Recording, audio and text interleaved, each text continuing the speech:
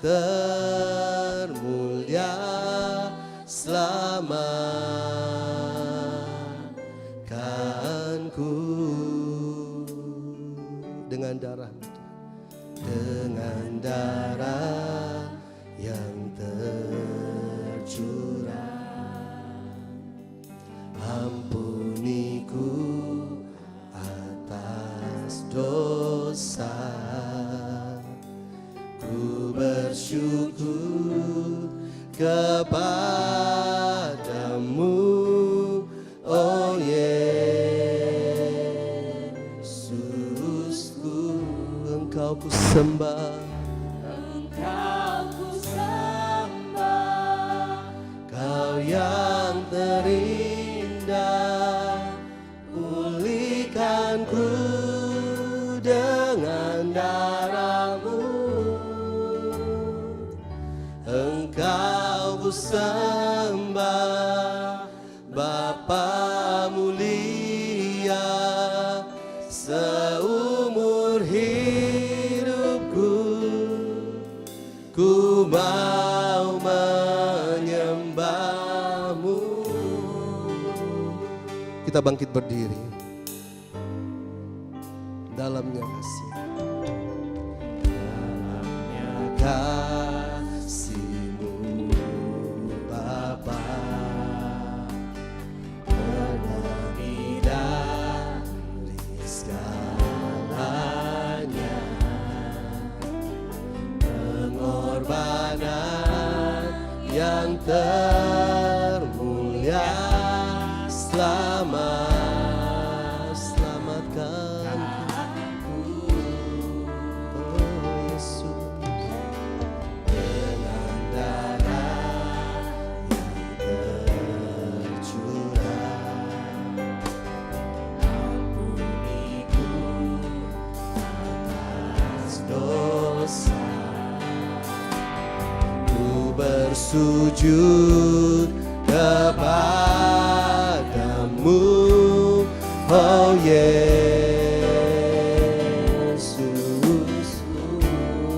Mari sembah. Engkau ku sembah, Kau yang terindah. Pulihkanku dengan darah-Mu.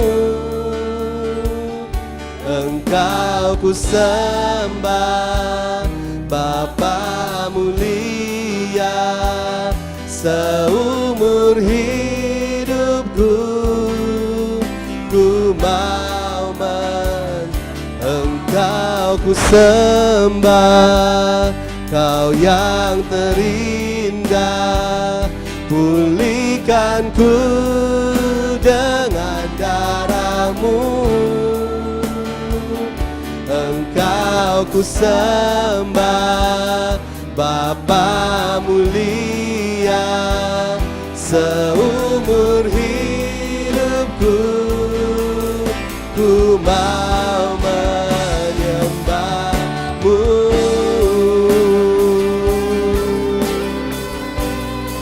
Oh, kami datang menyembah-Mu Tuhan.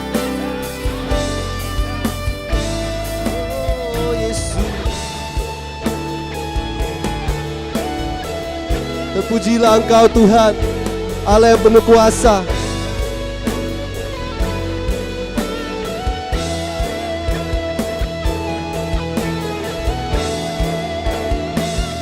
Engkau ku sembah, Kau yang terindah.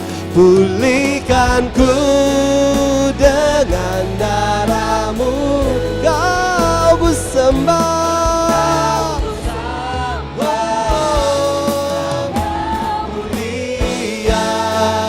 seumur hidupku ku mau Engkau ku sembah, Kau yang terindah.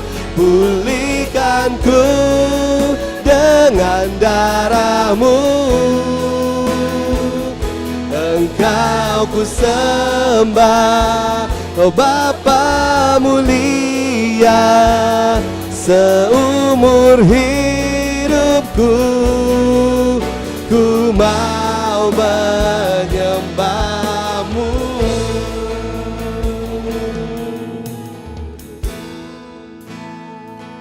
Kau yang terindah, Kau pulihkanku Tuhan.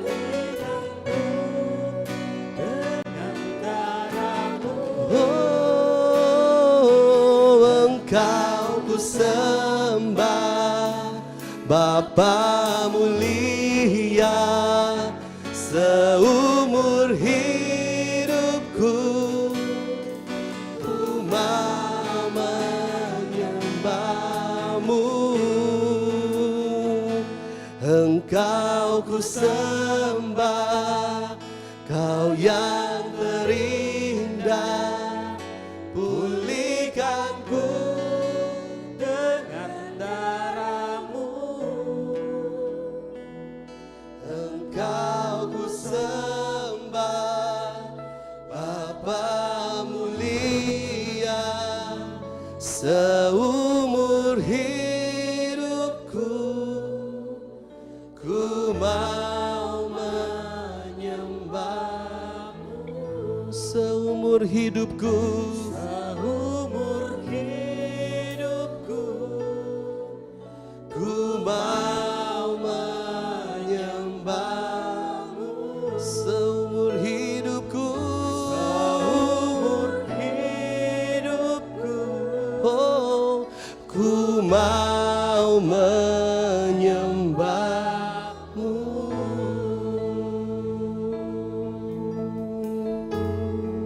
Sembah, sembah Yesus, sembah Yesus, sembah Yesus.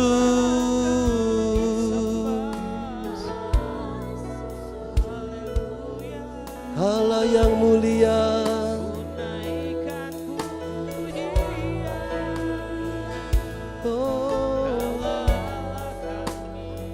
Kau Yesus Tuhan,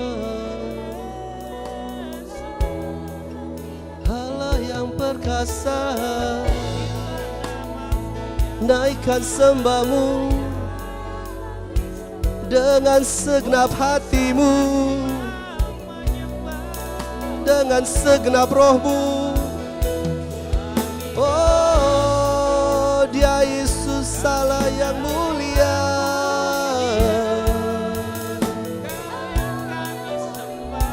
Bapa yang kekal, Raja semesta. Kami sembah Kau Tuhan, Allah yang hidup.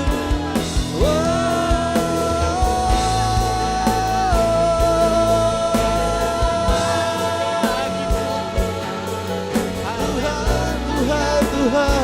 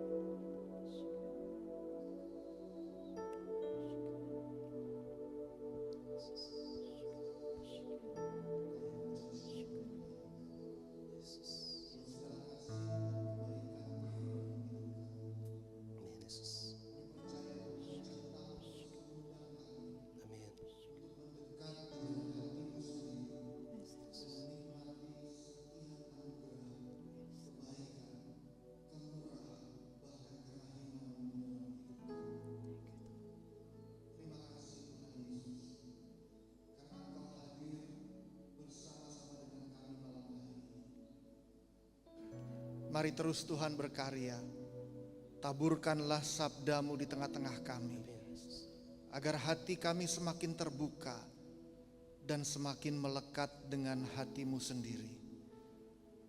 Mari Allah Roh Kudus bergerak di tengah-tengah kami, sebab waktu-waktu ini milik-Mu, dan kami persembahkan hanya untuk memuliakan nama-Mu. Kemuliaan kepada Bapa dan Putra dan Roh Kudus, seperti pada permulaan, sekarang, selalu dan sepanjang segala abad. Amin. Demi nama Bapa dan Putra dan Roh Kudus. Amin.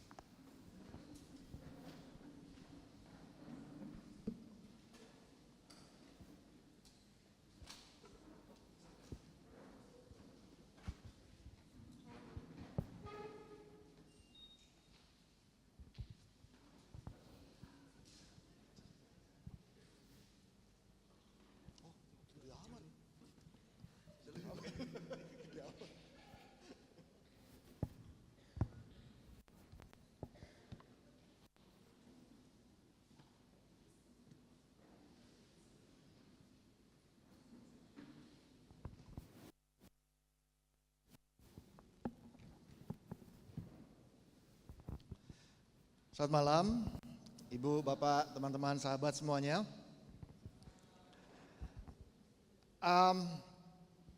Ya, malam hari ini kita akan bicara soal encountering the living Christ.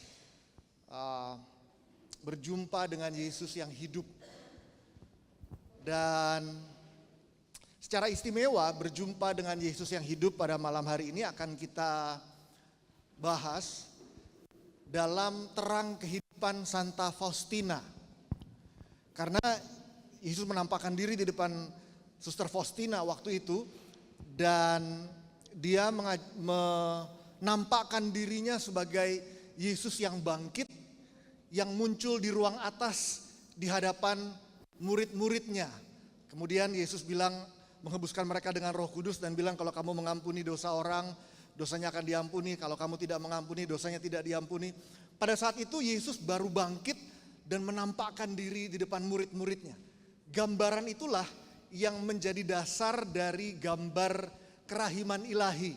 Yesus berdiri, tangan kirinya megang dada, tangan kanannya memberkati, lalu ada cahaya merah dan putih. Itu diambil dari Yesus yang menampakkan diri setelah kebangkitannya.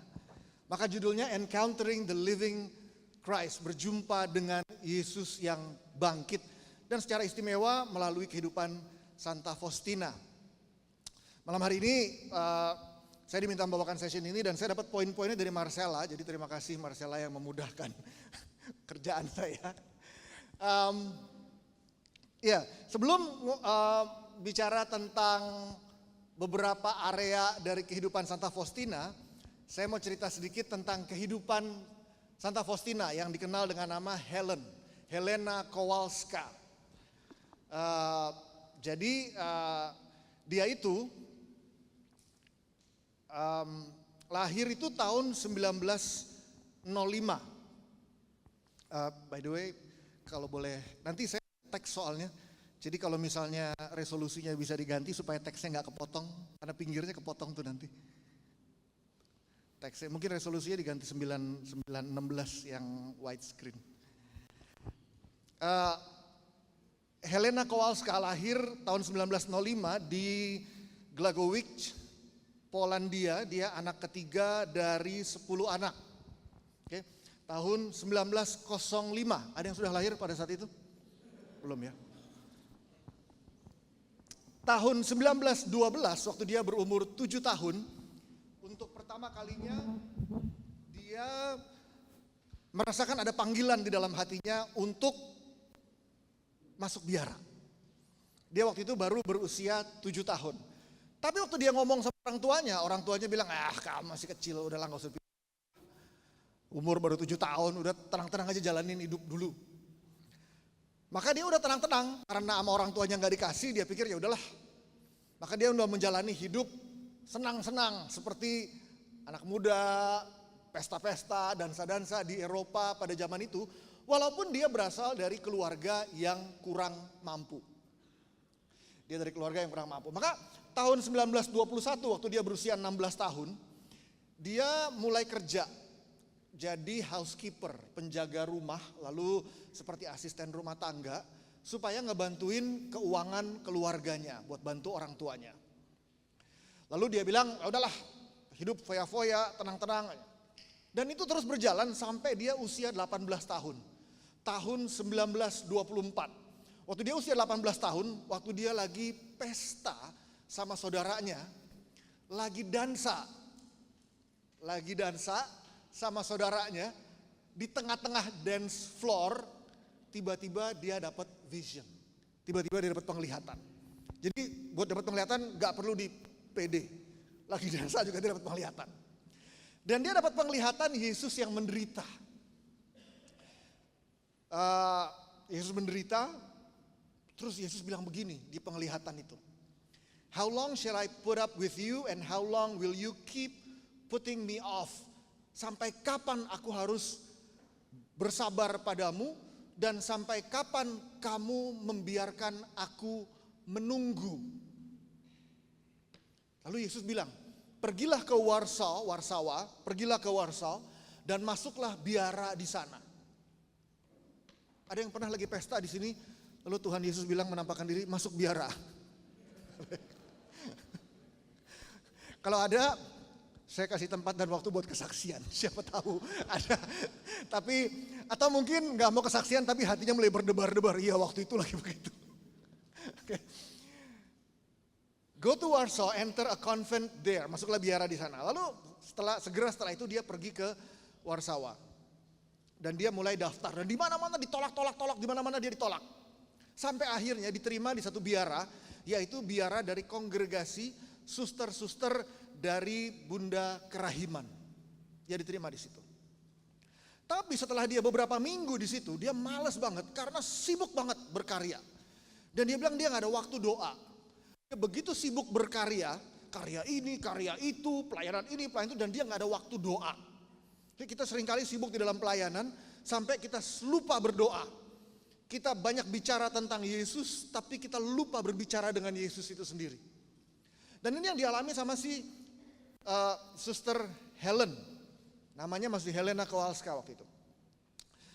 Lalu dia mau keluar. Jadi malam-malam dia mau kabur dari biara. Pas dia lagi dalam perjalanan keluar, pas dia mau ngelewatin pintu gerbang biara, pas dia mau kabur, Yesus ngomong sama dia. Yesus menampakkan diri lagi ke dia. Yesus bilang begini, "It is you who will cause me this pain if you leave this convent." Kamu yang menimbulkan rasa sakit dalam diriku kalau kamu meninggalkan biara ini. Di tempat inilah aku memanggil kamu dan bukan di tempat yang lain, karena aku telah menyediakan banyak rahmat bagimu. Nggak jadi. Balik lagi masuk biara. Dia kembali masuk ke dalam biara. Ya udah, dan dia nggak tahu Tuhan mau apa dalam hidupnya dia. Asik-asik aja di dalam biara. Lalu dia jalanin, akhirnya tahun 1926 pada saat dia umur 20 tahun dia pertama kali terima jubah. Lalu dia mengambil nama Sister Maria Faustina of the Blessed Sacrament. Suster Maria Faustina dari Sakramen Maha Kudus. Tahun 1928 pada saat dia umur 23 tahun dia membuat kaulnya yang pertama. Nggak ada apapun yang terjadi. Semuanya biasa-biasa aja. Tahun 1930 pada saat dia umur 25 tahun dia mendarat di Plock, Polandia, dan dia untuk pertama kalinya menunjukkan tanda-tanda sakit. Dan dia mulai mengalami TBC, tuberkulosis. Pada saat itu TBC nggak ada obatnya. Nggak ada obatnya. TB itu TBC nggak ada obatnya. Bahkan sampai hari ini kalau Bapak Ibu ada yang di industri kesehatan, kebijakan kesehatan dan sebagainya, tahu bahwa Indonesia sampai hari ini masih termasuk negara dengan tingkat kematian karena tuberkulosis kalau nggak salah nomor 2 atau nomor 3 di dunia. Sampai hari ini. Sementara di Eropa, di Amerika sudah 0 kasus, di Indonesia tingkat kematiannya masih termasuk yang top 2 atau top 3 tertinggi di dunia. Maka salah satu programnya Prabowo adalah dalam waktu sekian tahun ke depan tingkat TB turun 50%, kemudian 100% hilang dari muka bumi Indonesia. Karena TBC masih mematikan di Indonesia. Karena penanganannya lambat. Dan dia mulai sakit macam-macam. Tahun 1931 di kamarnya dia, untuk pertama kalinya dia mendapat penampakan Yesus real di depannya dia. Dan Yesus menampakkan diri dalam bentuk baju putih dengan cahaya putih merah seperti yang kita lihat sekarang di gambar kerahiman ilahi. Lalu Yesus bilang begini, aku ingin gambaran ini itu dihormati secara khusus pada hari Minggu pertama setelah Paskah. Dan hari Minggu itu dijadikan sebagai hari pesta kerahiman ilahi. Hari Minggu pertama setelah Paskah, yaitu hari Minggu besok ya. Dijadikan sebagai pesta perayaan kerahiman ilahi. On that day, pada hari itu, kedalaman belas kasihku, kerahimanku akan terbuka untuk semua orang. Siapapun yang datang ke pengakuan dosa dan menerima komuni akan menerima pengampunan penuh. Dan manusia akan menikmati kedamaian kalau mereka kembali kepada kerahimanku. Penampakan pertama, Yesus ke Suster Faustina. Lalu ada penampakan-penampakan lainnya. Tahun 1933 waktu Yesus menampakkan diri ke Suster Faustina, dan selama perjalanan ini Suster Faustina bingung dan dia cerita ke pembimbing rohaninya dia, spiritual directornya dia, disangkain dia gila. Maka selama perjalanan ini dia diduga mental illness, gangguan jiwa, ceritanya dipertanyakan, dibilang dia narsisistik, dia bilang dia nggak bener. Lalu waktu dia lagi dapat penampakan, akibatnya dia nggak bisa datang ke tempat makan bersama dengan biara, dianggap dia berbohong, dianggap dia malas, dianggap dia ini, dan habis dia menanggung banyak omongan-omongan suster-suster lain yang menghina dia dan bilang bahwa ini suster bermasalah, ini orang sakit. Tahun 33, waktu Yesus menampakkan diri ke dia, Faustina nulis di diary-nya, di buku hariannya, saya melihat cahaya yang besar dengan Allah Bapa di tengah-tengahnya. Di antara cahaya ini dan bumi, saya melihat Yesus dipaku di kayu salib sedemikian rupa sehingga Allah Bapa yang ingin melihat bumi harus melihat bumi melalui luka-luka Yesus. Dan saya mengerti bahwa Tuhan memberkati bumi ini demi Yesus. Maka kemudian setelah itu diajarin doa kerahiman ilahi. Dan doanya kata-katanya demi sengsara Yesus yang pedih, tunjukkanlah belas kasih-Mu kepada kami dan seluruh dunia. Nanti kita bahas lagi soal ini. Lalu kemudian Yesus bilang, doakanlah terus doa ini. Siapapun yang mengucapkannya akan menerima kerahiman yang besar saat kematian. Para imam akan merekomendasikannya kepada para pendosa sebagai harapan terakhir. Pendosa yang paling berat sekalipun, jika ia mengucapkan doa ini sekali saja, akan menerima rahmat kerahimanku yang tidak terbatas. Aku ingin seluruh dunia mengetahui kerahimanku yang tak terbatas. Aku ingin memberikan rahmat yang tidak terbayangkan kepada mereka yang percaya kepada kerahimanku. Waktu saya pertama kali baca teks ini, tulisan ini di diary itu waktu saya masih kuliah. Lalu saya bilang, pendosa yang paling berat aja kalau mendoakan ini akan menerima rahmatku. Sejak saat itu saya rutin doain ini. Saya pikirin saya pendosa yang berat. Ini kalau doain ini ada harapan. Ada harapan. Lalu saya mulai mendoakan ini. Gak rutin. Saya mulai doa korongka rutin itu kira-kira 10 tahun terakhir. Setiap hari saya doa rosario dan doa kerahiman ilahi. Rosario kerahiman ilahi setiap hari. Karena saya pikir pendosa yang paling berat, oh ya itu saya. Saya butuh ini supaya saya punya harapan. Tahun 1937 penampakan terakhir. Tahun 1938 Suster Faustina meninggal karena TBC. Tahun 38 meninggal. Tahun 59, jadi devosinya berkembang tuh. Tapi tahun 59 Vatikan menghentikan devosi ini. Karena mengatakan ada masalah teologis. Dan selama 20 tahun berikutnya, devosi ini di-ban oleh gereja.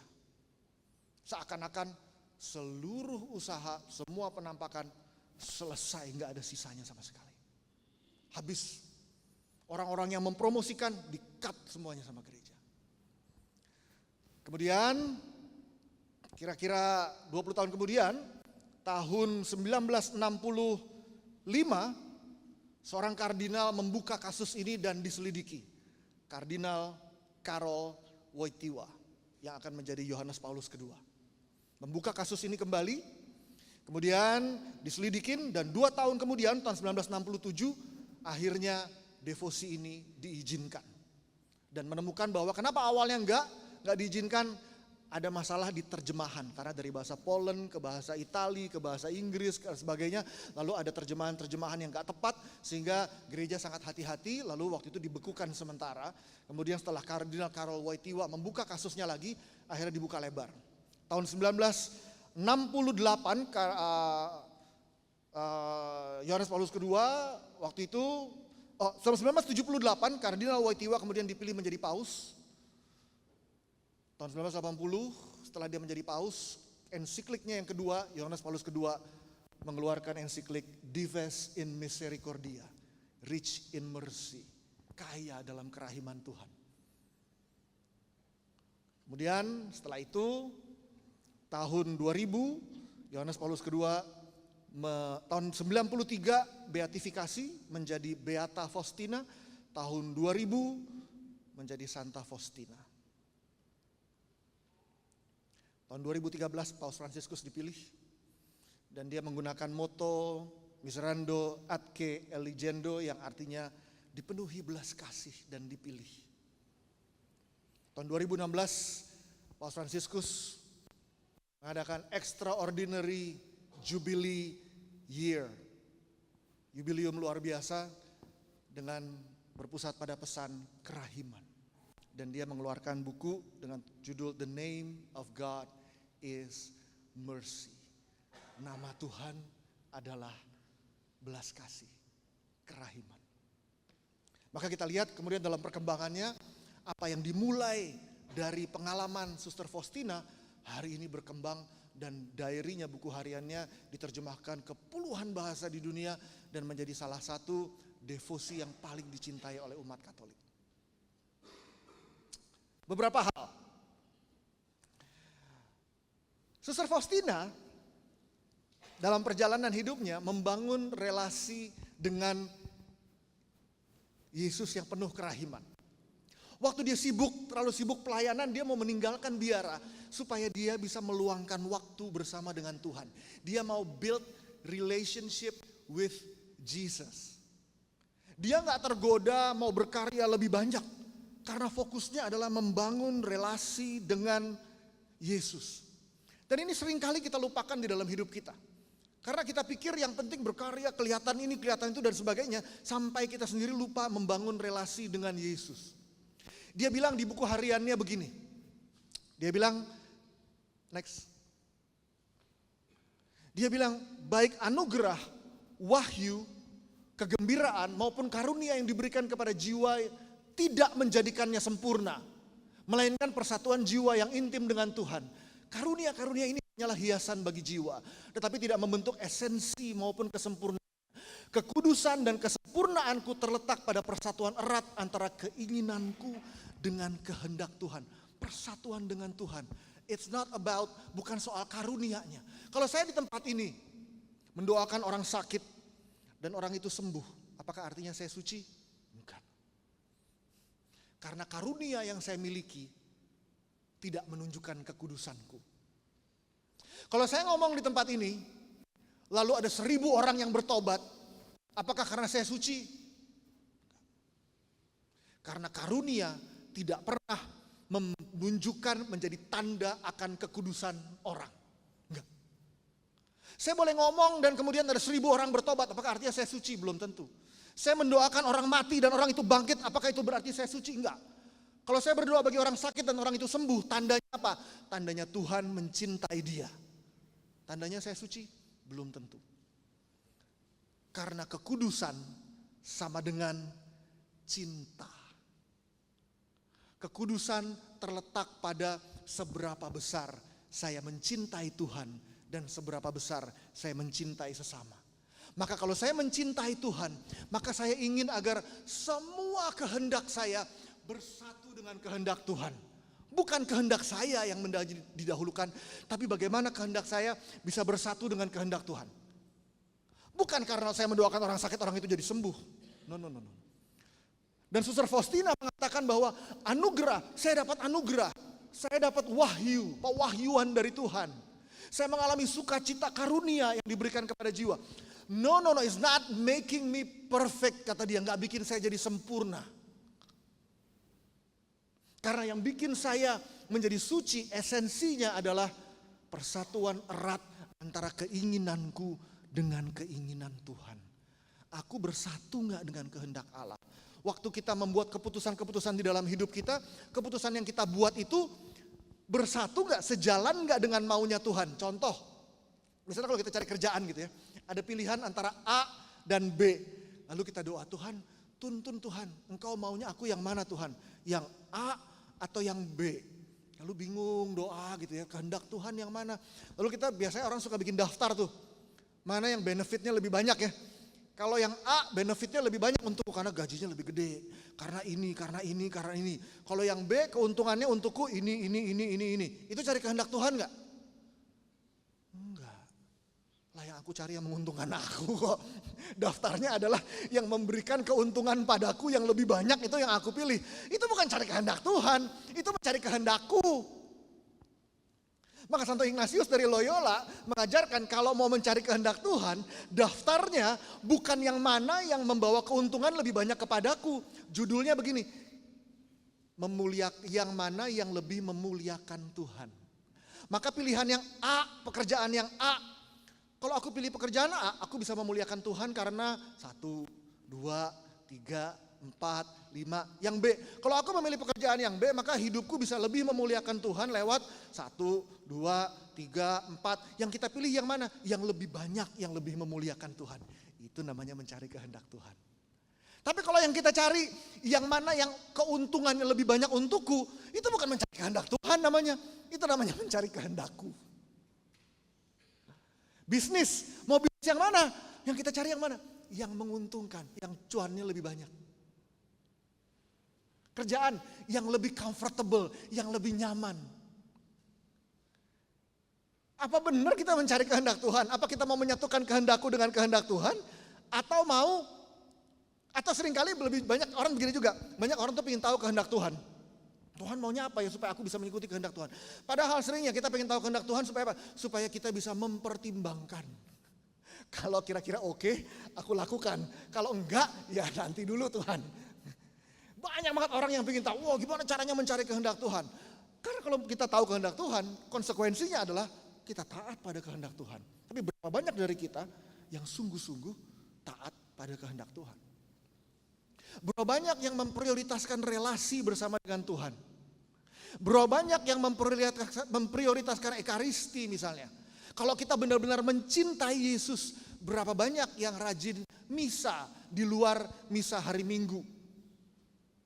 Saya selalu bilang begini, kasih contoh begini. Berapa banyak di tempat ini yang suka makan babi? Enggak banyak.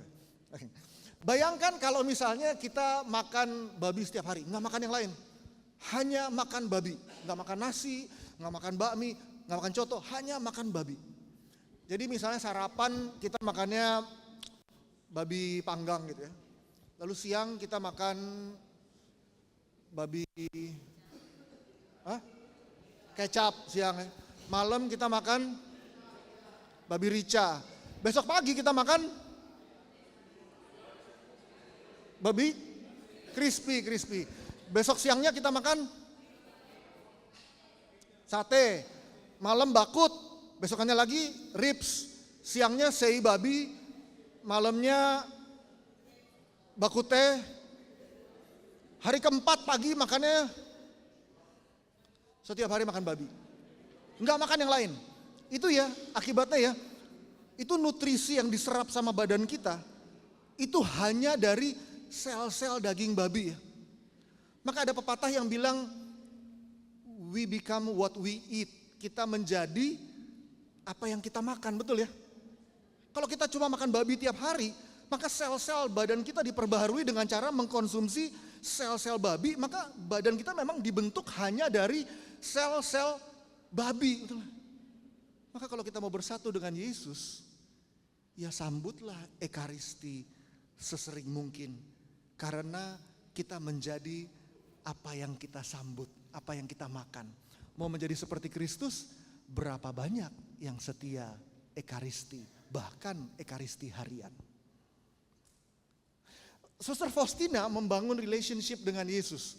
Dan Suster Faustina juga bilang begini, waktu dia doa, dia bilang Bapa yang kekal, ini rumusan dari Korongka ya. Bapa yang kekal, kupersembahkan kepadamu tubuh dan darah, jiwa dan kealahan putramu yang terkasih Tuhan kami Yesus Kristus sebagai pendamaian untuk dosa kami dan dosa seluruh dunia. Demi sengsara Yesus yang pedih tujuh karena belas kasih-Mu kepada kami dan seluruh dunia. Seringkali dalam perjalanan kita ikut Tuhan, kita jatuh ke dalam dosa. Dan begitu kita jatuh ke dalam dosa, kita suka lari dari Tuhan karena malu datang ke Tuhan. Dan kita pikir, atau misalnya pelayanan, kalau hidup kita lagi rasanya cukup benar, kita ngerasa cukup layak melayani. Tapi kalau kita rasa kita lagi banyak dosa gitu ya, kita menjauh dari pelayanan karena kita ngerasa diri kita kotor. Padahal kelayakan kita di hadapan Tuhan tidak pernah terletak pada dosa atau tidak berdosa. Karena kelayakan kita pada Tuhan terletak pada kurban Kristus di atas kayu salib. Itu sebabnya doanya, Tuhan ampuni aku bukan karena aku baik. Tuhan tolong kabulkan doa-doaku karena aku baik. Tetapi demi sengsara Yesus yang pedih. Semua yang kita lakukan dalam hidup ini, semua yang kita mohon dari Tuhan, bukan karena kita baik. Kebaikan kita tidak pernah cukup untuk membuat kita layak berdiri di tempat ini. Kebaikan kita gak pernah membuat kita cukup layak untuk minta sehingga dikabulkan karena aku cukup baik. Suster Faustina diajarin sama Yesus bahwa waktu kita berdoa, kita minta dan permintaan kita itu dikabulkan, apalagi kerahiman Allah diberikan bukan karena kita baik, tetapi karena sengsara Yesus yang pedih. Maka relationship kita perlu dibangun dengan Yesus. Karena hanya demi sengsara Yesus yang pedih, kita menerima anugerah Tuhan. So, kita belajar dari Faustina bahwa pertama-tama it's about relationship with Jesus. Yang kedua adalah kesetiaan melalui berbagai tantangan dalam hidup kita. Karena Suster Faustina menghadapi tantangan yang luar biasa. Suster Faustina dicela, Suster Faustina waktu zaman itu ilmu psikologi belum sehebat sekarang, tapi dia dikirim ke psikolog zaman itu. Karena dia disangka mengalami mental illness. Dia dianggap berbohong. Dia disalahpahami oleh semua suster-suster yang lain. Dia dibilang malas. Dia dibilang halusinasi karena dapat penampakan Yesus. Dia dibilang semua, dan waktu itu dia seakan-akan dikucilkan sama teman-temannya. Karena relationship-nya with Jesus. Maka dia berdoa dan dia bilang begini, ya Tuhanku, nyalakanlah hatiku dengan cinta kepadamu agar jiwaku tidak menjadi lelah di tengah badai penderitaan dan cobaan.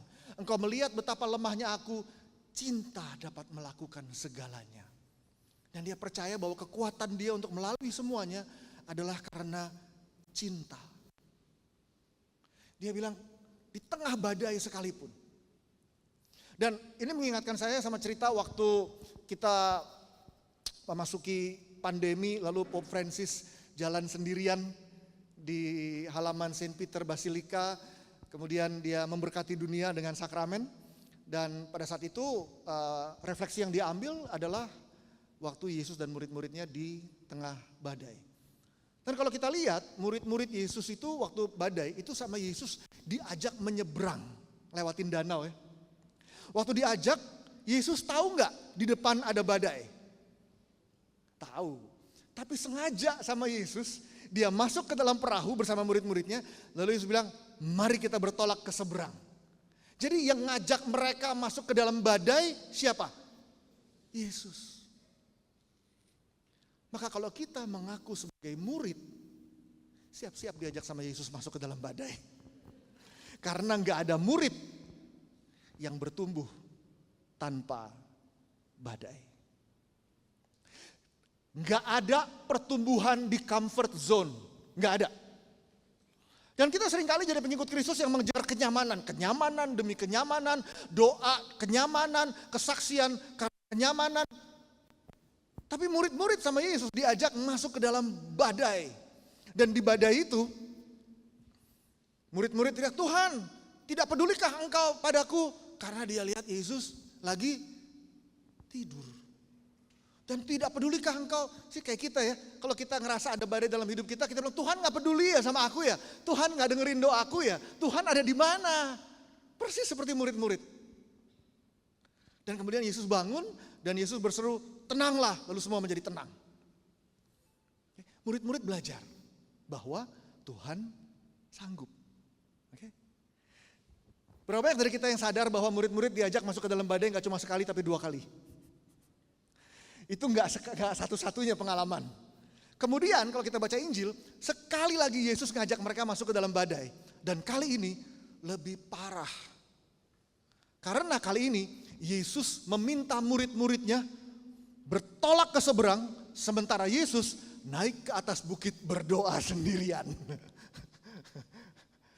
Lah kemarin aja Yesus ada di dalam perahu aja kita ketakutan, sekarang disuruh pergi ke tengah. Yesus naik ke atas bukit dan berdoa sendirian. Jadi murid-murid sendirian di perahu tanpa Yesus. Siapa yang memerintahkan murid-murid ke seberang? Yesus. Yesus tahu gak akan ada badai? Tahu. Bapak Ibu, teman-teman semuanya, kalau kita menghadapi badai dalam hidup ini, karena Yesus memerintahkan kita untuk masuk ke dalam badai. Karena tanpa badai tidak ada pertumbuhan. Tanpa badai tidak ada pertumbuhan. Kali ini murid-murid panik. Lalu Yesus muncul. Lalu mereka bilang, lebih parah lagi. Awalnya mereka bilang, Tuhan engkau tidak peduli. Kali ini mereka bilang, itu hantu. Ini murid-murid bebal. Udah pernah mengalami itu, tapi masih. Oh, sebelum saya sampai ke situ, ada bagian yang penting. Di peristiwa badai yang pertama ya. Lalu setelah Yesus naik ke atas perahu, lalu badai tenang. Kalau kita baca ayat terakhir, saya suka banget tuh bagian yang itu. Lalu Injil mencatat gini, lalu mereka murid-murid menjadi sungguh takut. Gak jadi damai, gak jadi happy. Menjadi lebih takut daripada sebelumnya. Karena mereka ngeliat badai, mereka takut. Setelah Yesus bilang tenang, badainya jadi tenang. Yesus naik ke dalam perahu, mereka menjadi sangat takut. Karena mereka bilang, gila ini siapa nih yang lebih powerful, lebih hebat daripada badai. Tapi pengalaman badai yang kedua, kali ini Petrus bilang, Tuhan kalau itu memang engkau, suruhlah aku berjalan di atas air kepadamu. Yesus bilang, ya udah datang sini. Lalu Petrus keluar dari perahu dan dia mulai berjalan di atas air. Kita tahu kemudian dia ngelihat badai lalu dia mulai tenggelam. Lalu kemudian Yesus tolong dia, lalu Yesus bawa dia masuk ke dalam perahu. Begitu mereka masuk ke dalam perahu, apakah Yesus memerintahkan badai menjadi tenang? Lalu badai pun tenanglah, tenang sendiri. Pelajarannya beda, badai ke-1 dan badai kedua pelajarannya beda. Badai yang pertama pelajarannya apa? Tuhan sanggup meredakan badai. Badai yang kedua pelajarannya apa? Kamu bisa berjalan di atas air. Kenapa? Itu penting. Karena kalau kita bisa berjalan di atas air, badai itu nggak relevan. Karena kita nggak takut tenggelam di tengah badai. Kenapa? Karena kita bisa jalan di atas air. Maka pelajaran badai yang pertama dan yang kedua beda pelajarannya. Lalu kita lihat setelah yang kedua mereka masuk ke dalam perahu dan menjadi reda semuanya. Kalau kita baca Injil, lalu mereka semua menyembah Yesus di dalam perahu. Yang pertama mereka menjadi semakin takut karena kurang kenal Yesus, tetapi yang kedua mereka menyembah Yesus. Kita lihat badai demi badai membawa para murid menjadi lebih kenal Yesus dan lebih intim dengan Yesus. Maka ibu bapak semuanya teman-teman, kalau ada badai, syukuri. Jangan cuma bersyukur kalau Tuhan bebaskan kita dari badai, tapi bersyukurlah waktu Tuhan bawa kita masuk ke dalam badai. Karena hanya lewat badai kita bertumbuh.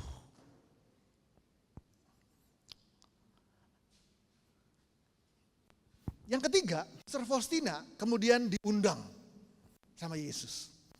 Dan dia mulai sakit hati, mulai difitnah, diomongin yang gak bener, digosipin, ditolak, disalahpahamin dan sebagainya. Lalu dia bilang begini, dia bilang, sekarang aku bersuka cita bahwa aku boleh menderita karena kamu. Ini Paulus nih ya, saya bahasin dulu. Dan menggenapkan dalam dagingku apa yang kurang pada penderitaan Kristus untuk tubuhnya, yaitu jemaat. Pertanyaannya, apa sih yang kurang pada penderitaan Yesus? Ada yang nonton tablo kemarin? Kalau di IG itu berita-berita tablo tahun ini banyak banget yang Yesus lagi latihan kesel nendangin orang lah. Yesus bawa salib naik motor. Karena tablo di berbagai paroki di Indonesia. Penderitaan. Nah oke. Kita tahulah Yesus menderita, tapi Paulus bilang, aku menggenapkan dalam dagingku apa yang kurang pada penderitaan Kristus. Maka pertanyaannya, apa sih yang kurang pada penderitaan Kristus? Kurang cambuk, mestinya 40 cuma dicambuk 39 kali, jadi kurang 1 kali cambuknya. Kurang paku, kurang banyak durinya, kurang banyak Yesus dipukuli kurang banyak yang mengkhianati Yesus. Apa yang kurang pada penderitaan Kristus?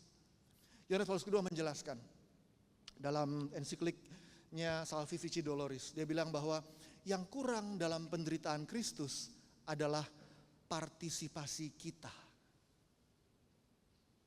Partisipasi kita. Makanya Paulus bilang, aku menggenapkan dalam dagingku apa yang kurang dalam penderitaan Kristus. Artinya Paulus bilang, aku pun mau menderita karena Kristus menderita. Kalau Kristus adalah kepala jemaat dan kita adalah tubuhnya, kalau kepala menderita, maka tubuh juga menderita. Maka kita lihat di dalam perjalanan, kalau kita perhatikan ya, pengikut Yesus itu ada banyak.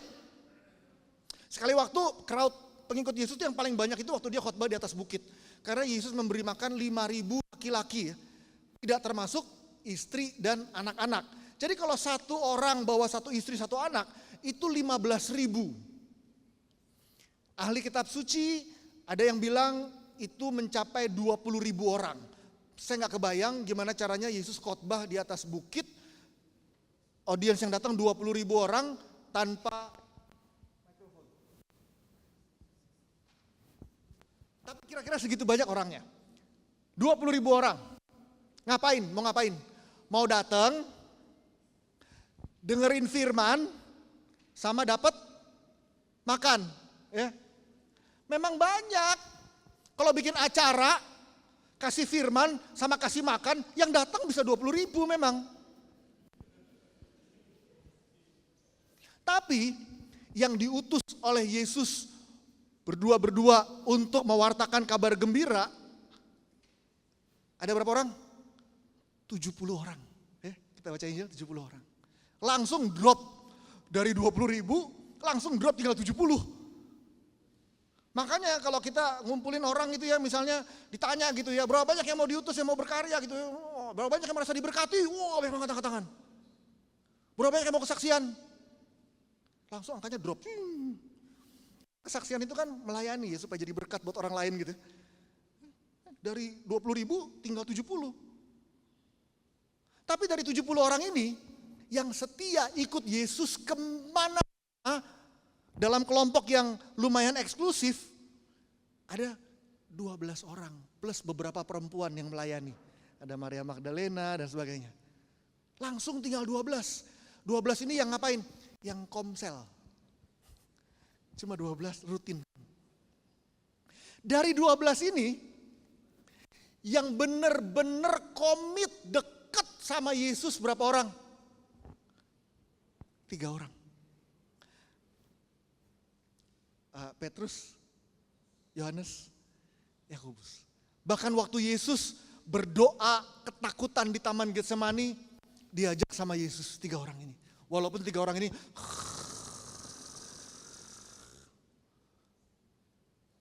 tapi dari 12 mau komit jadi murid.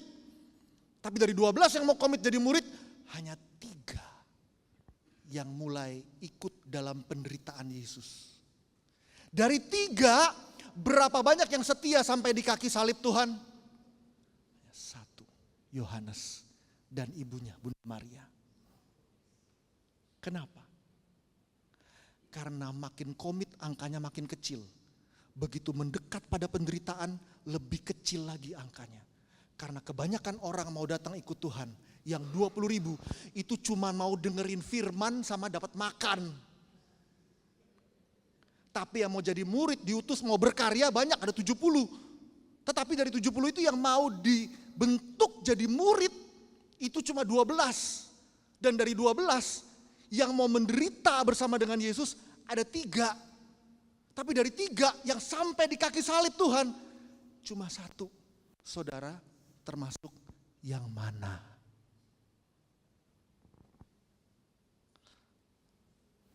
Yang 20.000 gak mau pelayanan.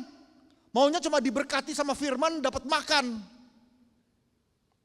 Berapa banyak di tempat ini yang cuma mau datang dapetin firman yang positif. Tuhan tolong, Tuhan berkati, Tuhan segala macam. Wah, dijamah, lalu dapat makan, snack bawa pulang. Oh, hari ini luar biasa. Banyak yang kayak begitu. Banyak. Yang mau berkarya, banyak. Lebih banyak yang mau pelayanan daripada yang mau dibentuk jadi murid-murid yang setia. Makanya 70 orang. Tapi yang setia 12. Tapi dari 12 itu pun 3 yang sampai ke Taman Getsemani, yang di depan itu Yesus berkeringat, keringatnya itu darah. Kita kepanasan, keringat kita belum darah, gak apa-apa. Tapi cuma 1 yang sampai di kaki salib Tuhan. Maka semakin serius kita, semakin kita serius memuridkan, mengajak orang menjadi murid-murid Kristus, jumlahnya akan semakin sedikit. Apalagi yang sampai pada kaki salib Tuhan. Suster Faustina termasuk yang sampai pada kaki salib Tuhan. Maka dia bilang begini, cinta sejati diukur dengan termometer penderitaan. Ibu bapak teman-teman semuanya, berapa banyak dari kita yang mau mencintai Tuhan dan mencintai sesama? Cintamu diukur dari seberapa besar engkau mau menderita bagi Tuhan dan bagi sesama. Kalau Mother Teresa bilang, love to be pure must hurt. Cinta untuk dibilang murni, untuk menjadi sungguh murni, perlu terasa sakit. Karena kalau nggak terasa sakit, bisa jadi demi kenyamanan diri sendiri. Berapa banyak dari kita yang sering suka sadar bahwa gue mencintai dia sebetulnya demi diri gue sendiri.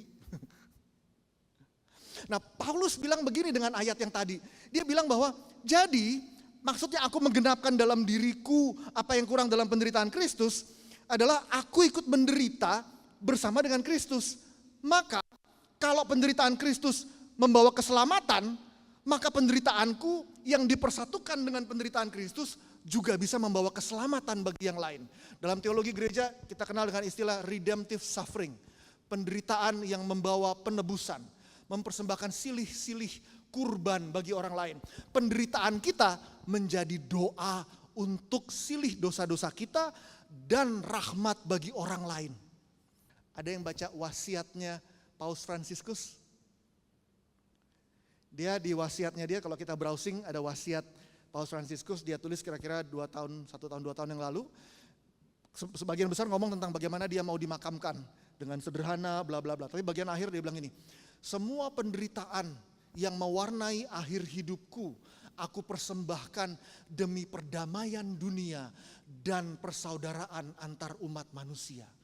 Dengan kata lain, penderitaan dia persatukan dengan salib Yesus, dan dia persembahkan itu menjadi doa supaya terjadi perdamaian dan persaudaraan antar umat manusia.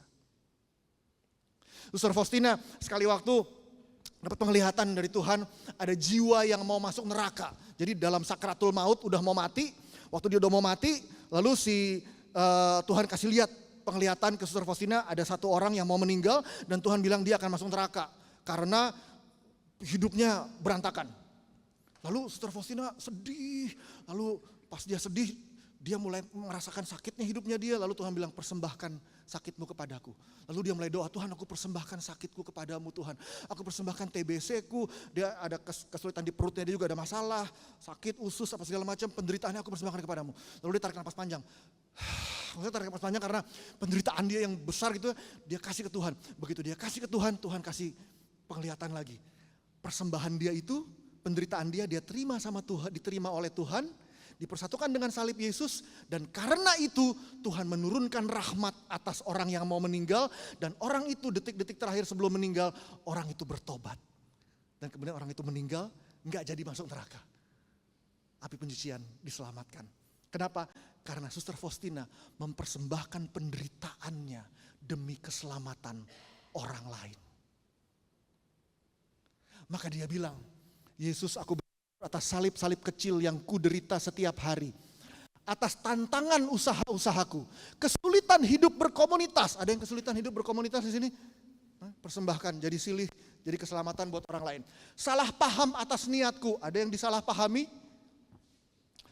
Penghinaan yang kuterima, perlakuan kasar, curigaan yang salah, kesehatan buruk dan hilangnya kekuatan, penyangkalan diri, kematianku, kurangnya pengakuan dalam segala hal, dan kegagalan semua rencanaku. Dan dia bersyukur sama Tuhan atas itu semua. Terima kasih Yesus atas penderitaan batin, kekeringan jiwa, teror, ketakutan, ketidakpastian, kegelapan dan malam batin yang pekat, godaan, cobaan, siksaan yang terlalu sulit untuk dijelaskan dan tidak akan dipahami siapapun, kematian dengan pergumulannya serta kepahitannya. Untuk itu semua, Suster Faustina bilang, aku bersyukur Tuhan. Mother Teresa pernah bilang begini, di diary-nya dia. Kalau yang pernah baca diary-nya Mother Teresa, ada bukunya judulnya Come Be My Light yang diterbitkan setelah dia meninggal. Di dalam itu ada salah satu tulisan dia bilang begini ke Tuhan, I love you Jesus, not for the things that you have given me, but for everything that you have taken away from me. Aku mengasihimu Yesus, bukan hanya karena apapun yang engkau berikan kepadaku, tetapi karena atas semua hal yang engkau ambil dari hidupku. Ada yang orang tua yang pernah ngelihat anaknya sakit dan rasanya sakit hati. Ada yang pasangan yang pernah ngelihat pasangannya sakit. Saya tahun lalu istri saya masuk rumah sakit berkali-kali dalam setahun. Paru-parunya, jantungnya masalah. Dan saya ingat sekali waktu di kamar waktu saya lagi temenin dia lagi tidur. Saya bilang sama Tuhan, Tuhan aku kalau boleh pindahkan semua sakitnya dia kepadaku Tuhan. Karena saya mencintai dia dan saya biar dia sehat. Kalau harus sakit, ambil penyakitnya, taruh semua sakitnya di dalam diriku Tuhan supaya dia sehat. Karena kalau kita mencintai, kita mau ikut memikul penderitaan orang yang kita cintai. Berapa banyak di tempat ini yang mencintai Yesus. Berapa banyak di tempat ini yang hanya datang ke tempat ini cari berkat. Dan berapa banyak yang datang ke tempat ini karena mau menderita bersama Yesus. If you love somebody, you will want to experience the suffering of the one you love. Dari 20.000 jadi 70, jadi 12, jadi 3, jadi 1. Bapak, Ibu, Saudara, termasuk yang mana? Yang datang karena berkat atau hadir karena bisa pelayanan? Yang sekedar mau dibentuk jadi murid, atau yang mau ikut menderita bersama Yesus? Lalu dia bilang begini, aku merasakan sakit yang luar biasa ketika melihat penderitaan sesamaku. Semua penderitaan sesama bergema di hatiku sendiri. Aku membawa penderitaan mereka di hatiku sedemikian rupa sehingga hal itu bahkan menghancurkan diriku secara fisik. Dengan kata lain dia bilang, semua penderitaan orang lain itu dia mau tanggung sampai secara fisik pun dia merasa sakit. Lalu dia bilang, aku ingin semua kesedihan mereka menimpa diriku untuk meringankan beban sesamaku. Berapa banyak dari kita yang menyebut dirinya orang yang cukup mengasihi sesama lah. Bersedia melihat sesama yang menderita, lalu bilang, Tuhan, pindahkan penderitaan dia kepadaku Tuhan. Karena itu yang Yesus lakukan. Yesus melihat manusia, seluruh dunia ini menderita. Lalu Yesus bilang, dia datang ke bapaknya di surga, dia bilang, Bapak, Daddy, dia bilang, semua penderitaan manusia, timpakan semuanya ke atasku.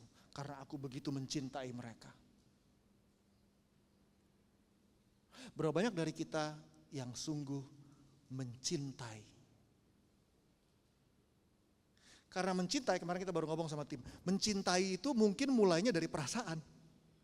Tapi kalau hanya pada perasaan, itu cinta yang kekanak-kanakan.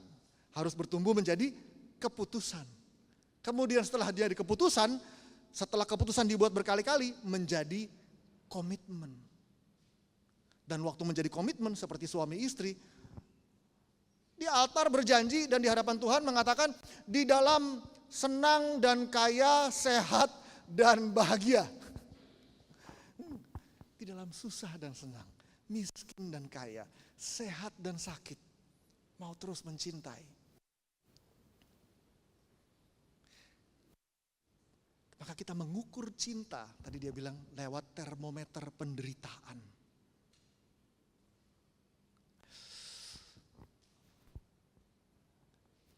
Ini penghiburan, ini slide terakhir. Wah, itu kegeser, mestinya nggak dicoret, tuh coretannya mesti di bawahnya. Lalu dia bilang begini, dia dapat penglihatan dan dia bilang, saya melihat dua jalan. Yang satu lebar, tertutup pasir dan bunga, penuh kegembiraan, musik dan kesenangan. Orang-orang menari dan bersenang-senang mencapai ujungnya tanpa sadar. Di ujung jalan itu ada jurang neraka, jiwa-jiwa jatuh membabi buta ke dalamnya. Jumlah mereka begitu banyak sehingga mustahil untuk menghitungnya.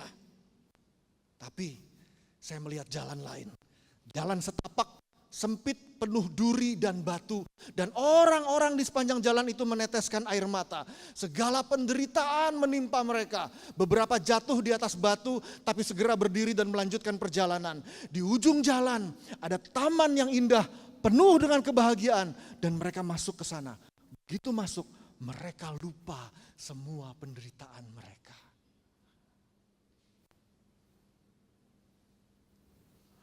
Ada harapan buat kita semua. Bahwa di dalam hidup ini, yes, kita diundang ikut Yesus. Dan di awal-awal kita ikut Yesus, berdoa mohon berkat, anugerah, kebaikan, pasti. Tapi dalam perjalanannya ikut Yesus, kita gak berhenti di situ. Karena kalau kita mencintai seorang pribadi, kita mau ikut merasakan penderitaan pribadi itu. Maka bersyukurlah di tengah penderitaan. Bersyukurlah di tengah badai. Saya kemarin baru share, dulu saya kalau terluka komplain, marah. Kalau sakit hati marah. Kalau ini gak terima, kerjaannya nyari PLB terus. Penyembuhan luka batin di sini, penyembuhan luka batin di sana. Sampai satu saat, kira-kira 20 tahunan yang lalu, waktu itu saya lihat gambar lukisan. Gambarnya hati kudus Yesus. Ada yang ingat gambar hati kudus Yesus? Ada hati, lalu dimahkotai duri. Hati itu berdarah. Lalu ada api yang menyala di atasnya. Waktu saya lihat itu saya bilang, hati Yesus adalah hati yang terluka. Maka kalau saya mengalami luka, pergumulan dalam hidup ini, terima kasih Tuhan. Karena aku dianggap layak untuk punya hati seperti hatimu. Hari ini kalau ada yang menderita, bersyukurlah atas penderitaan. Hari ini kalau ada yang terluka, persembahkanlah lukamu. Saya ingat dulu saya punya teman yang sakit. Saya punya teman yang sakit limfoma. Jadi sejenis kanker darah tapi versinya agak berbeda, beda sama leukemia. Dan limfoma itu katanya tingkat kesembuhannya lumayan baik. Tapi ternyata buat dia enggak. Dan dia bergumul. 1 tahun, 2 tahun, 3 tahun dia bergumul terus. Kemo ini dan menderita. Sampai karena kemo radiasi seluruh mulutnya seriawan. Jadi gak bisa makan, akhirnya mesti dipasangin sonde buat makan. Wah menderita hidupnya. Dan dari waktu ke waktu saya datang ke dia, saya bilang, bro, kalau boleh, kalau berkenan bro, tolong dong persembahkan penderitaan lo buat gua. Karena saya tahu penderitaan dia begitu berharga. Dan ini yang dilakukan sama Yohanes Paulus kedua. Kenapa dia suka datang ke rumah sakit dan dia menetapkan hari orang sakit sedunia? Karena dia datang dari rumah sakit ke rumah sakit dan dia suka bilang ke orang-orang yang sakit, tolong persembahkan penderitaanmu untukku. Tolong doakan aku, persembahkan penderitaanmu. Mother Teresa begitu kudus, begitu suci, dia punya partner doa. Partner doanya, coba Bapak Ibu kalau Google bisa cari ya. Dia punya partner doa seorang awam, seorang ibu yang seumur hidupnya dioperasi kira-kira 27 atau 28 kali. Sakitnya banyak bener. Dan Mother Teresa selalu ngomong sama ibu ini, tolong persembahkan penderitaanmu untukku. Maka suster-suster Mother Teresa pada zaman Mother Teresa itu semuanya punya partner. Partner-partnernya itu siapa? Mereka datang ke rumah sakit, mereka pelayanan di rumah sakit, mereka doakan orang sakit, tapi habis mereka doakan mereka bilang, tolong dong persembahkan penderitaanmu untukku, boleh enggak? Orang lain datang lagi, persembahkan. Sehingga orang yang sakit sekalipun bukannya tidak berdaya, tapi justru penderitaannya membawa rahmat dan keselamatan bagi jiwa-jiwa. Maka hari ini, saya sengaja kemarin bilang, ada doa enggak setelah ini, doain itu. Saya bilang enggak. Karena setelah ini saya cuma mau ajak kita doa singkat. Ngajak kita semua untuk mengingat-ingat apa sih penderitaan kita masing-masing. Apa sih sakit hati kita masing-masing. Syukuri dan persembahkan itu sebagai silih bagi dosa-dosaku dan bagi wujud-wujud yang aku doakan. Sebab penderitaan kita begitu bernilai untuk keselamatan orang lain. Sejak saat itu saya nggak pernah, sejak waktu saya lihat lukisan itu saya nggak pernah lagi ikut doa buat penyembuhan luka batin, saya nggak pernah. Karena setiap saya terluka, saya rasa ini terlalu berharga untuk disia-siakan. Saya bawa ke Tuhan, saya bilang, Tuhan sakitnya ini aku persembahkan buat A. Lain kali kesel banget. Aduh Tuhan, kesel banget gara-gara ini. Begitu saya tenang, Tuhan kesel yang tadi Tuhan, aku persembahkan buat B. Yang lain lagi, Tuhan kemarin ini awal bulan kami di Jakarta baru mengadakan conference. Lalu akhir tahun kemarin waktu istri saya dioperasi, sakitnya luar biasa dia bilang. Waduh dia bilang, belum pernah seumur hidup gue ngerasain sakit seperti itu kata dia. Dan dia ingat itu kira-kira terjadinya sebulan sebelum kita ngadain conference. Dan dia ingat waktu dia lagi kesakitan, dia bilang Tuhan, dia bilang sama saya, gue gak mau sakit gue sia-sia. Jadi gue doa, gue bilang Tuhan sakitku ini Tuhan aku persembahkan buat semua peserta conference Tuhan. Buat kelancaran acara itu Tuhan. Buat semua orang-orang muda yang kami doakan. Buat semua karya kami, komunitas kami Tuhan. Aku gak mau sakitnya ini sia-sia. Aku berikan semua kepadamu Tuhan. Buat wujud-wujud doa, buat jiwa-jiwa, buat semua orang yang akan datang di conference. Dan dia persembahkan semuanya. Saya ingat sekali waktu saya kuliah ada seorang tante, seorang ibu yang sakit. Habis operasi, dia sakit macam-macam, ginjalnya rusak, liver, paru, segala macam, wah habis-habisan. Dan sekali waktu habis dia operasi itu dia sakit gitu, badannya sakit banget gitu. Dan waktu itu dokter nawarin tambahin painkiller dan dia bilang dia gak mau. Dia gak mau, karena dia bilang dia mau persembahkan sakitnya buat jiwa-jiwa orang muda di Los Angeles waktu itu. Buat jiwa-jiwa orang muda, dan dia persembahkan sakitnya. Bapak Ibu semuanya. Saya mau undang kita semuanya, jangan hanya mencari berkat, tapi cintai Tuhan. Orang yang mencintai mau menderita bersama orang yang ia cintai. Maka ada harapan. Begitu kalimat yang terakhir tadi, begitu mereka masuk ke jalan yang kedua, mereka melihat semua penderitaan yang mereka lupakan karena Yesus janjikan pada akhirnya di sorga tidak ada lagi air mata. Semua penderitaan di dunia Tuhan gantikan dengan sukacita. Dan sukacita itu bukan sukacita karena berkat saja, tapi sukacita karena sungguh-sungguh mencintai Yesus. Maka true encounter with the living Christ always leads us to be merciful to others. Perjumpaan yang sejati dengan Yesus, buahnya tuh ya, kita jadi menawarkan belas kasih ke orang lain. Lewat apa? Lewat penderitaan kita, lewat kesulitan hidup kita. Persembahkan pada Tuhan. Sehingga kita bukan hanya minta kerahiman untukku, tetapi penderitaanku kupersembahkan untuk mendatangkan kerahiman bagi orang lain juga.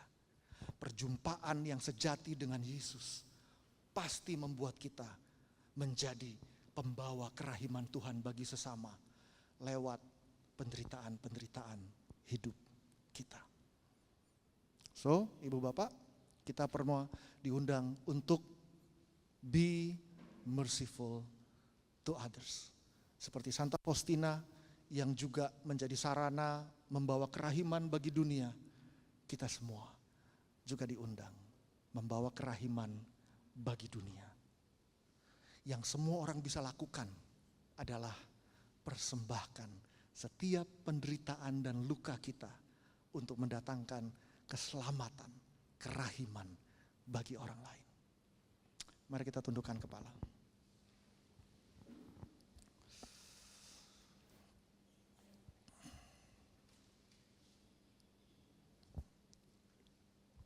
Tuhan yang Maha Baik,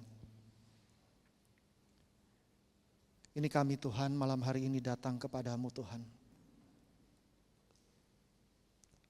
Kami mau bawa malam hari ini Tuhan kepadamu semua pergumulan hidup kami.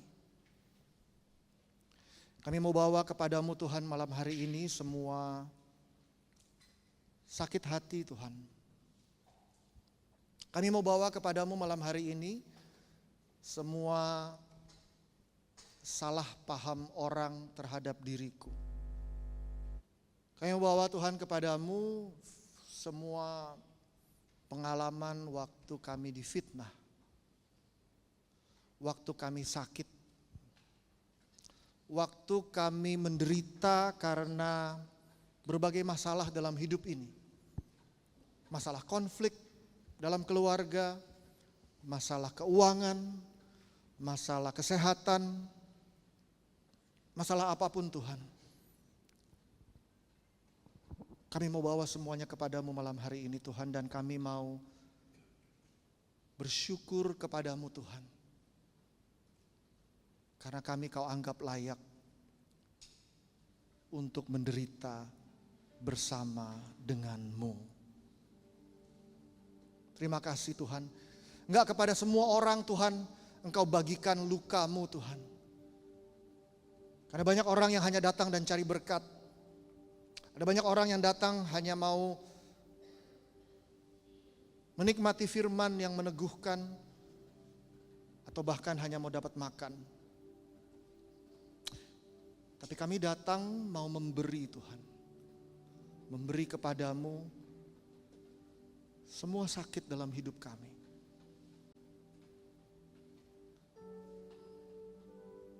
Rasa sakit karena tidak berdaya. Rasa sakit karena tidak nyaman. Rasa sakit karena dikhianati. Rasa sakit karena rasanya gak cukup untuk menyediakan bagi keluarga. Rasa sakit karena rasanya ku mencintai pasanganku lebih daripada dia mencintaiku. Rasa sakit karena pengorbananku tidak dihargai oleh orang lain. Rasa sakit karena berbagai badai dalam hidup ini. Tuhan, malam hari ini semua itu kami bawa kepadamu dan kami mau persembahkan kepadamu Tuhan. Seperti Santa Faustina yang mempersembahkan semua penderitaannya demi keselamatan jiwa-jiwa. Malam hari ini kami mau bawa semua penderitaan hidup kami Tuhan. Engkau boleh pakai sekehendak-Mu Tuhan. Untuk menjadi silih bagi dosa-dosaku. Untuk menjadi anugerah keselamatan bagi orang lain. Untuk mendatangkan rahmat bagi yang membutuhkan. Apapun Tuhan, all our suffering, semua salib dalam hidup kami persatukan dengan salib-Mu Tuhan Yesus. Kami persatukan dengan salib-Mu malam hari ini Tuhan. Semua air mata Tuhan, semua kesepian, semua kesedihan, semua nangis sendiri di kamar yang orang lain tidak pernah mengerti. Semua memori masa lalu yang menghantuiku. Semua kekhawatiran akan masa depan yang begitu menakutkan. Tuhan, malam hari ini semuanya Tuhan kami mau berikan kepadamu dan kami mau persembahkan untuk bersatu dengan salib-Mu. Untuk menjadi anugerah, rahmat, kerahiman, keselamatan bagi banyak orang. Terima kasih Tuhan Yesus. Terima kasih Tuhan.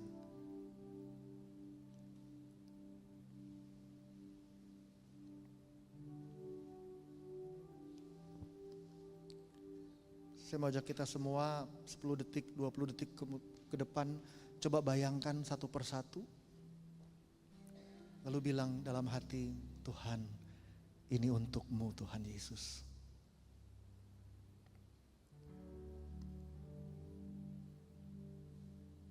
Bayangkan semua penderitaan dan badai dan sakit-Mu.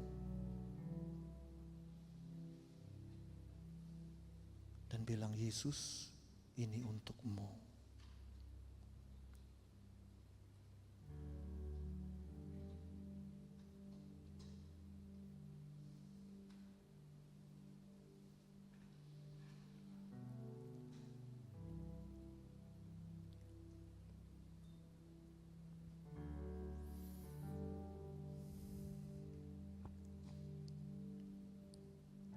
Terima kasih Tuhan.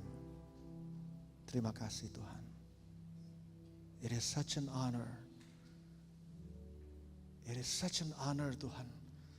Ini sebuah kehormatan kalau kami boleh menderita bersama dengan Engkau. Maka Tuhan, kami mau persembahkan semuanya ini melalui perantaraan hati Maria yang tak bernoda. Bunda Maria, terimalah persembahan kami dan bawalah seluruh persembahan kami ini kepada Yesus Putramu, agar seluruh hidup kami semakin hari bukan hanya semakin bersatu dengan semua berkat-berkat yang baik dari Putramu, tetapi juga bersatu dengan salib Putramu, supaya kami juga bersatu dengan kebangkitan Putramu. Salam Maria, penuh rahmat, Tuhan sertamu. Terpujilah engkau di antara wanita, dan terpujilah buah tubuhmu Yesus. Santa Maria Bunda Allah, doakanlah kami yang berdosa ini, sekarang dan waktu kami mati. Amin. Salam Maria, penuh rahmat, Tuhan sertamu. Terpujilah engkau di antara wanita, dan terpujilah buah tubuhmu Yesus. Santa Maria Bunda Allah, doakanlah kami yang berdosa ini, sekarang dan waktu kami mati. Amin. Salam Maria, penuh rahmat, Tuhan sertamu. Terpujilah engkau di antara wanita, dan terpujilah buah tubuhmu Yesus. Santa Maria Bunda Allah, doakanlah kami yang berdosa ini, sekarang dan waktu kami mati. Amin. Demi nama Bapa dan Putra dan Roh Kudus. Amin.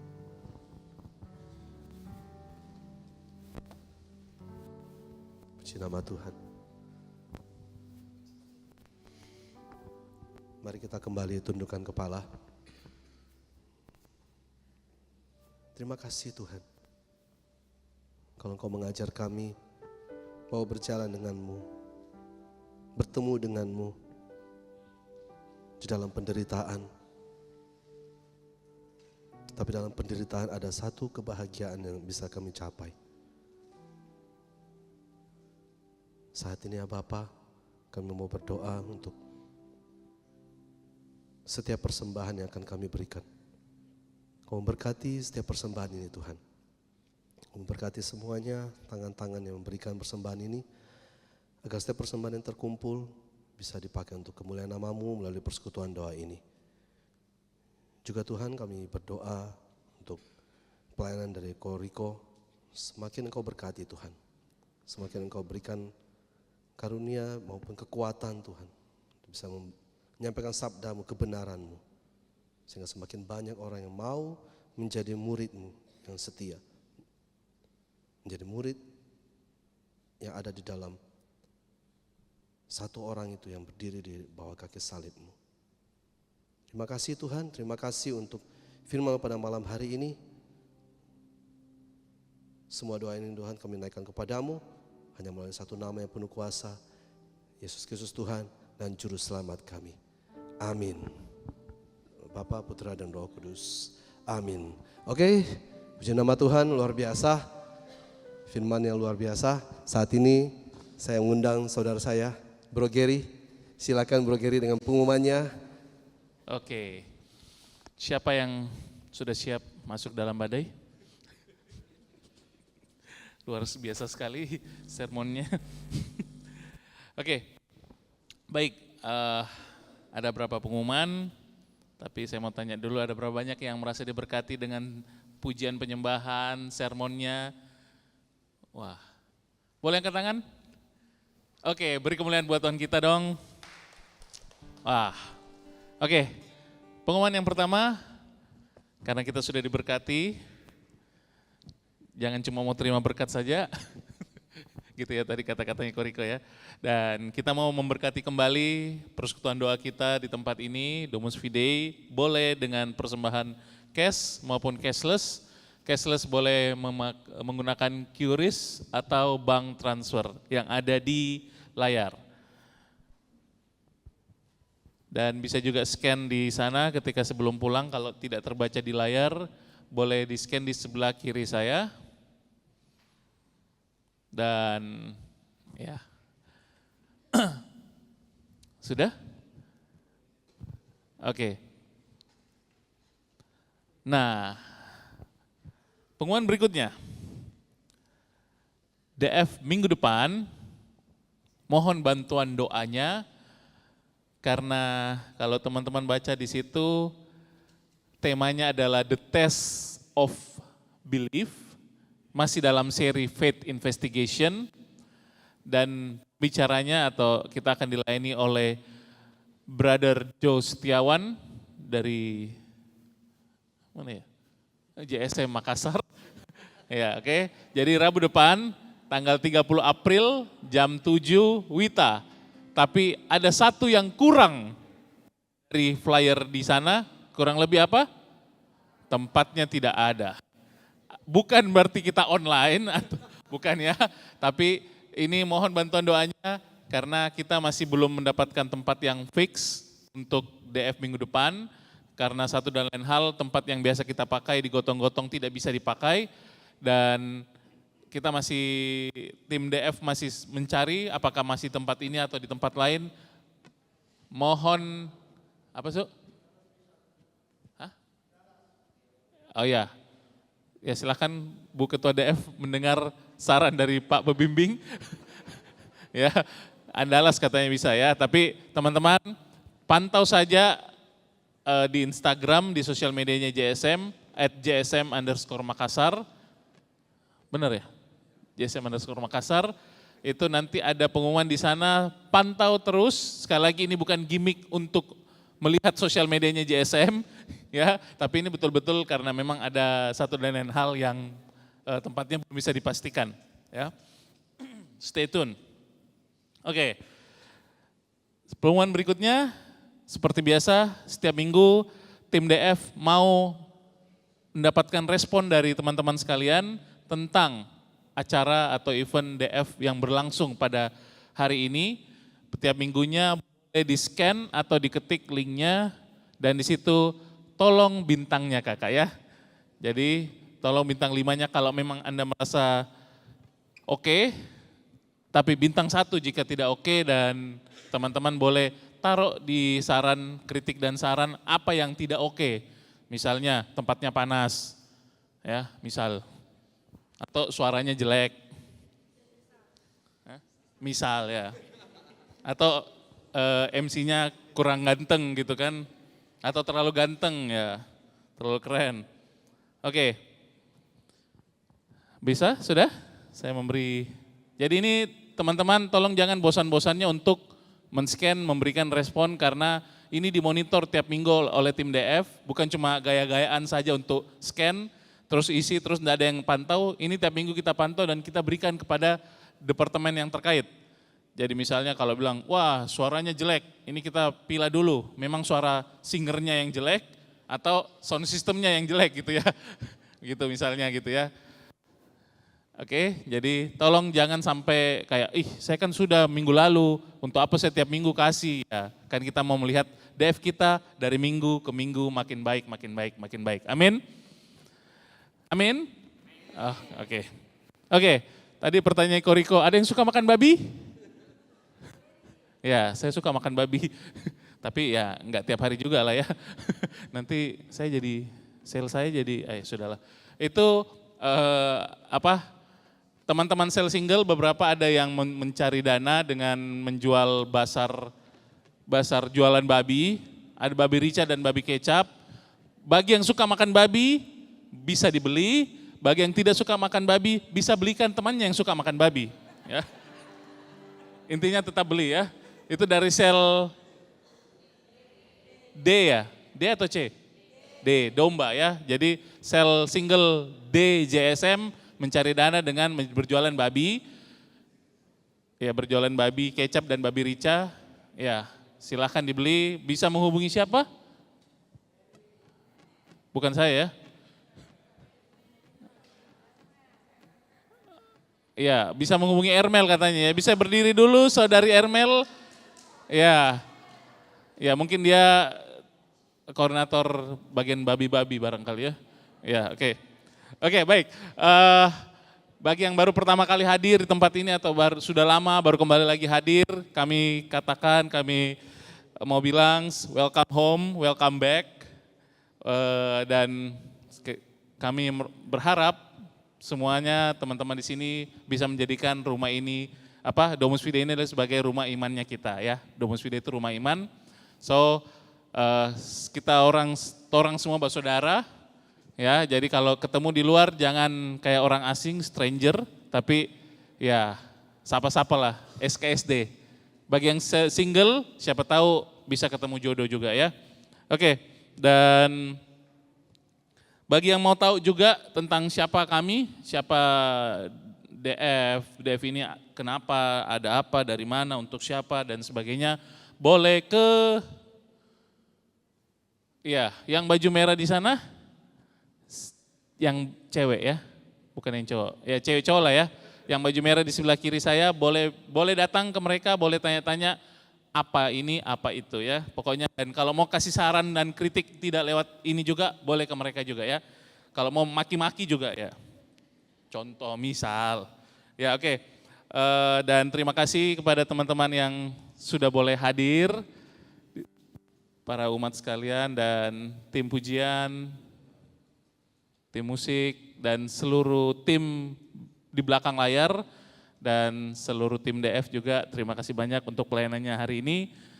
Semoga pelayanannya makin memberkati, semoga teman-teman juga di sini semakin diberkati oleh pelayanan teman-teman dari JSM. Oke, dan untuk kata-kata penutupnya adalah mohon menjaga kebersihan. Jangan buang sampah sembarangan, tinggalkan tempat dalam keadaan bersih, tapi jangan tinggalkan pasangan Anda. Oke, doa penutup saya undang dari Ibu Kristini Fongiman. Ibu Kristini Fongiman adalah seorang sekretaris di Domus Fide, dan saya baru ingat Santa Faustina, saya baca, dia ternyata adalah santa yang dibilang dia dikasih tugas sama Tuhan Yesus untuk menjadi sekretarisnya Tuhan Yesus. Ya, jadi dia mencatat semua Jadi dia dibikin jadi buku, diarinya tuh adalah meeting notes-nya ya. Notulen rapatnya dia dengan Tuhan Yesus. Jadi jangan berkecil hati untuk sekretaris, jadilah seperti Suster Faustina. Bukan jadi susternya, tapi ya oke lah ya kalau mau silakan. Mari kita satu dalam doa, dalam nama Bapa, Putra, dan Roh Kudus. Amin. Selamat malam Bapa, Putra, dan Roh Kudus. Terima kasih kalau pada malam hari ini kami boleh belajar banyak dari Suster Faustina. Bawa kami untuk boleh meneladani kehidupan Suster Faustina, sehingga kami boleh tetap setia berdiri sampai akhir kehidupan kami. Kami juga mempersembahkan teman-teman kami yang melayani pada malam hari ini, layakkan pelayanan mereka, biar boleh menjadi persembahan yang terbaik di hadapan-Mu. Juga persembahkan perjalanan pulang kami pada malam hari ini, biar terang cahaya-Mu, biar damai sejahtera-Mu boleh menyertai kami, sehingga kami boleh tiba di rumah tanpa kekurangan satu apapun. Doa ini kami mau tutup dengan doa yang Engkau ajarkan kepada kami. Bapa kami yang ada di surga, dimuliakanlah nama-Mu, datanglah kerajaan-Mu, jadilah kehendak-Mu di atas bumi seperti di dalam surga. Berilah kami rezeki pada hari ini, dan ampunilah kesalahan kami, seperti kami pun mengampuni yang bersalah kepada kami. Dan janganlah masukkan kami ke dalam pencobaan, tetapi bebaskanlah kami dari yang jahat. Amin. Bunda Maria, terimalah salam kami. Salam Maria, penuh rahmat, Tuhan sertamu. terpujilah Engkau di antara wanita, dan terpujilah buah tubuhmu Yesus. Santa Maria, Bunda Allah, doakanlah kami yang berdosa ini sekarang dan waktu kami mati. Amin. Salam Maria, penuh rahmat, Tuhan sertamu.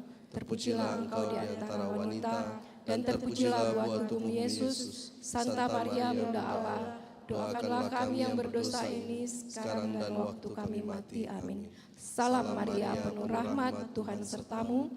Terpujilah Engkau di antara wanita, dan terpujilah buah tubuhmu Yesus. Santa Maria, Bunda Allah, doakanlah kami yang berdosa ini sekarang dan waktu kami mati. Amin. Kemuliaan kepada Bapa dan Putra dan Roh Kudus, seperti pada permulaan, sekarang, selalu, dan sepanjang segala abad. Amin. Dalam nama Bapa, Putra, dan Roh Kudus. Amin. Terima kasih semuanya. Terima kasih, Tuhan Yesus memberkati. Yuk kita bangkit berdiri sebelum kita tinggalkan tempat ini. Kita mau naikkan pujian ini dengan segenap hati, dengan segenap kekuatan sebelum kita pulang makan ya. Oke, siap.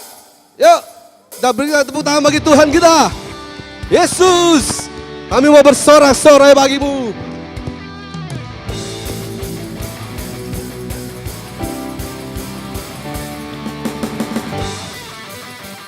Yeay. Para pa pa pa pa pa.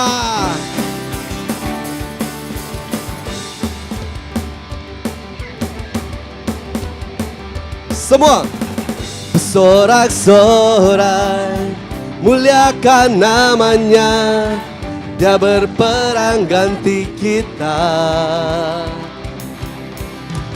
Bertepuk tangan, muliakan namanya, dan selamatkan jiwa kita. Satu-satunya penebus, kalahkan maut, bangkit dan hidup.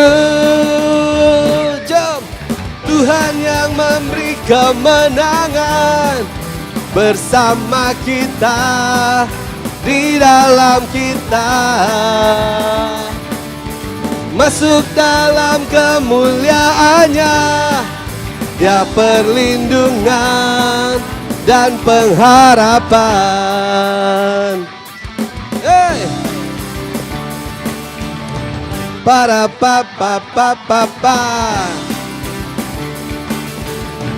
Bersorak-sorai, muliakan namanya, dan perang ganti kita.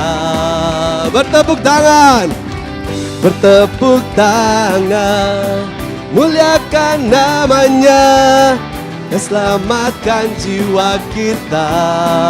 Satu-satunya penebus. Oh, kalahkan maut, bangkit dan hidup. Jom, Tuhan yang memberi kemenangan bersama kita, di dalam kita. Masuk dalam kemuliaannya, Dia perlindungan dan pengharapan. Yuk tepuk tangan yuk bagi Tuhan.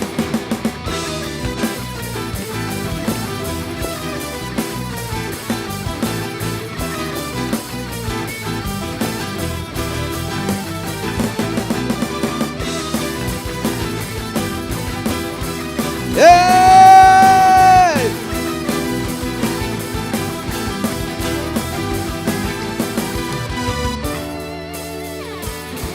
Oh, para pap.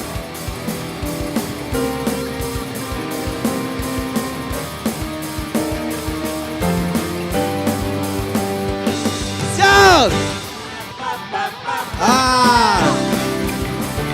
Lagi.